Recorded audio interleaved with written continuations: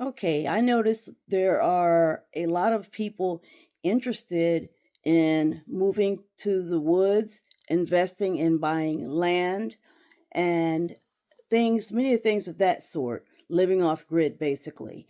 And so, from experience, I would like to share a lot of things that are very important to help make your transition from being comfortable to being self sufficient to where you really have to take care of yourself. You really have to worry about shelter and things like that.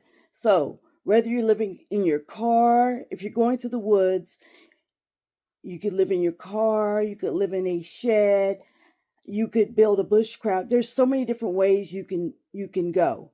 But I'm going to make it easier so these things won't catch you off guard and make your transition horrible. There's going to be the first few things you really need are you need shelter. So your shelter would be your vehicle, your tiny house, an A-frame tent, however way you want to live, an RV, or maybe you have a cabin or something like that. So shelter. And it doesn't necessarily have to be a house, as you can see. Second, you need to worry about is food. How are you going to eat on a regular? It's okay to snack and eat out, but if you do that every day, you're going to drain your account and you're not going to save anything and you're going to get extremely obese. You're going to really gain weight because you're eating processed foods and you're eating high calorie foods and they're not healthy. So when you gain weight, and here comes the health problems. So, number one, shelter. Number two, how are we going to eat? Even if you live in your car, you can still eat good and eat healthy, but you need to invest in some type of item that you can use to cook. A gas burner, something that's an off-grid type. When you're moving to raw land, you cannot be dependent on constantly going into the city to charge things up. And when you cook, it's more of a plug-in. You don't have those plugs where you are. So you need uh, a gas grill. You can get the small assemble parts that you assemble and you put sticks in, you burn it, and you cook. You can use gas on those. There's so many different ways you can cook, but you don't always want to be dependent on burning in the ground because there are going to be times where it rains. So you want to be able to go to a cover and take your gas burner and cook. But if you're dependent on the ground, it's not going to be, it's good to cook in the ground, but not all the time. There are going to be times with weather.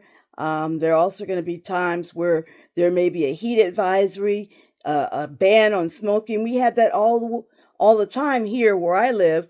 We have where you can't burn. So you do have to follow the laws. And the worst way to draw attention to where you are is to burn something when there's a fire burn. You'll get people out there quick, and you don't want to draw attention to where you are. So, shelter, food. The next thing that's important is going to be water. Water is extremely important because not just water, but clean water. The quickest way to get sick when you're trying to do this is dirty water. Those pathogens, all that bacteria and things are invisible. You can't see them in the water, but they will make you sick, and you don't want to be sick in the elements that you're living, and you definitely don't want to have diarrhea. So you need to make sure you have clean water. Your water that you bathe with can be, you could use rainwater and things, but if you're using water to drink, make sure you're boiling it. Even if it's rainwater, make sure you're boiling it.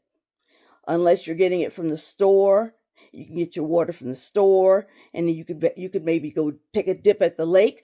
Another thing you could do is you could get a gym membership. I advise that anyways.